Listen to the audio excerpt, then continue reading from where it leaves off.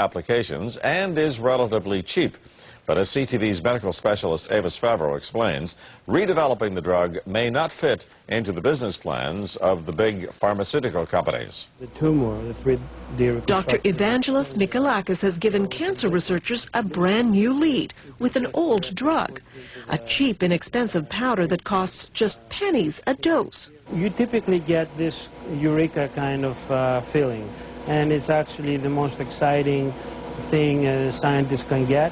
The drug, called DCA in short, has been used for decades in humans with some rare inherited diseases. When he added it to the water of mice and rats given human cancers, the results surprised him. And has this big tumor growing in his back. So you can see that even after 3 weeks there is a significant or 70% decrease in tumor size. It shrunk brain, breast and lung tumors in the animals in a matter of weeks, and the drug had no side effects, confirmed by tests of DCA in humans for other diseases. This kind of results, to my mind, are as good as it gets. And it seems to work by reviving the energy-producing components of human cells, allowing the cells to work normally again, triggering cancerous cells to commit suicide. Scientists agree that DCA now needs to be tested quickly in human cancer patients. This is exactly what we want, a drug that has activity, but has also minimal side effects for patients.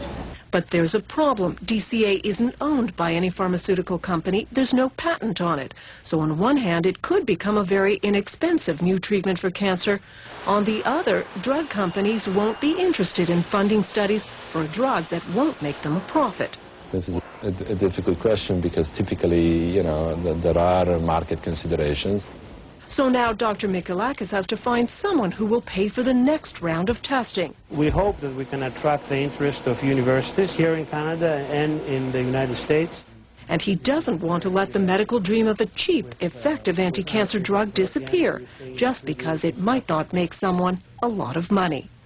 It costs, some say, about $100 million to get a new drug through all the phases of testing onto the market. So it will be interesting to see if this old drug actually gets a new chance at becoming an anti-cancer medication. Lloyd? Well, Avis, your report tells us that this drug has great promise. So why aren't companies and institutions lining up to get behind it? Well, first of all, Lloyd, this is the initial report. Secondly, because the drug isn't patented, it's an old drug, if someone invests in researching it, they're not going to make a profit because anyone can make it. So we'll have to see. There are some agencies, public agencies, government agencies that may give it funding, but that's still a question that will have to be answered.